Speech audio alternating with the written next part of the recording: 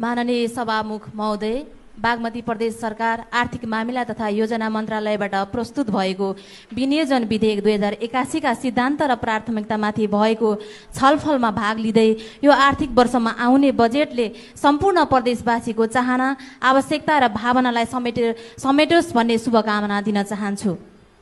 सभामुख महोदय, प्रदेश सरकारको दायित्व आफ्नो प्रदेशभित्र बसोबास गर्ने सम्पूर्ण नागरिकको हक, अधिकार र आधारभूत आवश्यकताको प्रत्याभूत गर्नु हो। तर वास्तविकतामा त्यस्तो भएको महसुस गर्न सकिएको छैन। जनताको ओठमा मुस्कान छैन। हरेक जनता निराशापनबाट गुज्रिरहेका छन्। आफ्नै देशमा गरी खाने वातावरण छैन। दिनहुँ जसो हजारौं युवाले देश छोडिरहेका छन्। देशमै बस, तिमीहरूको लागि सरकार छ भन्ने नेता कोही देखिएन। सभामुख महोदय, अझै पनि भौगोलिक विभेद, वर्गीय विभेद, लैङ्गिक विभेद, जातीय विभेदको अन्त्य हुन सकेको छैन। सबै खाले विभेदको अन्त्य गर्दै आर्थिक सामाजिक विकास गर्ने लक्ष्य राख्ने तर व्यवहारमा विभेद गर्न नछोड्ने प्रवृत्तिको अन्त्य हुन सकेको छैन। भर्खरै मात्र पूर्णता पाएको विषयगत समितिको सभापतिमा कतिजना महिला निर्वाचित हुनुभयो? म प्रश्न गर्न चाहन्छु, यो व्यवस्था ल्याउन, विभिन्न दललाई निर्वाचनमा विजयी गराउन के पुरुषहरूको मात्रै भूमिका हो? यसमा महिलाहरूको कुनै योगदान छैन? त्यसतर्फ सम्पूर्ण महिला माननीयज्यूहरूको ध्यान जानु जरुरी छ। तपाईँ हामीलाई कसैले खल्तीबाट झिकेर सांसद बनाएको होइन। सधैँ पार्टीका नेताहरूको ढाकछोप मात्र नगरौँ, अन्याय हुँदा विद्रोह गर्न पनि सक्नुपर्छ। हामी सांसद हुन पाएका छौँ, गरिमामय संसदको रोस्टममा आएर बोल्न पाएका छौँ भनेर मात्र गर्व नगरौँ। निर्णायक भूमिकामा कतिजना महिला हुनुहुन्छ? संसदीय दलको नेतामा कतिजना महिला हुनुहुन्छ? हामी धेरै जसो महिला समानुपातिकबाट आएको, पार्टीले जे भन्छ त्यही मान्नुपर्छ भनेर सधैँ बसिरहने हो।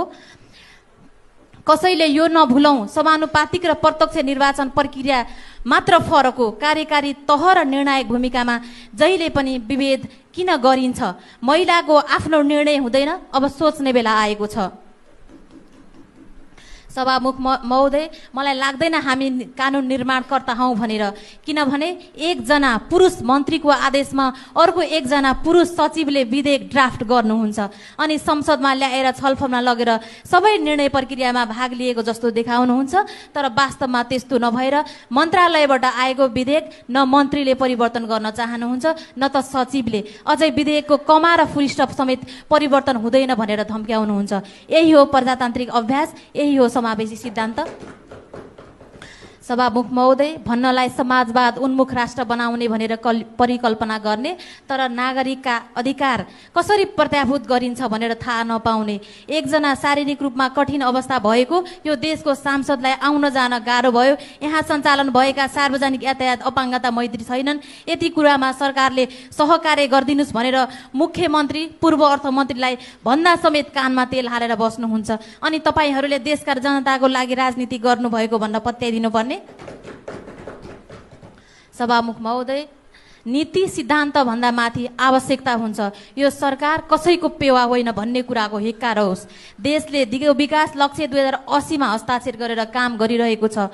दिगो विकास लक्ष्यको प्रमुख एजेन्डा भनेको कोही पनि पछाडि छोडिने छैन भन्ने कुराको प्रतिज्ञा हो। तर दिगो विकास लक्ष्यले कसलाई समेटेको छ? जुन वर्ग अगाडि छ, जुन क्षेत्र आर्थिक, सामाजिक, राजनीतिक हिसाबले अगाडि छ त्यसैलाई मात्र हेरेको छ भन्ने अनुभूत भएको छ। यो आर्थिक वर्षको बजेटले सबैलाई समेट्न सकोस्। अन्त्यमा सत्तारूढ दलका सांसदहरूले बोकेको योजनाको भारी अनुसार बजेट तर्जुमा नगरियोस्। वस्तुगत आवश्यकता र समावेशिताको आधारमा यो किताबमा लेखिएको जस्तै बजेट विनियोजन होस्। धन्यवाद। माननीय कञ्चन चन्द्र बाजे, समय 5 मिनट।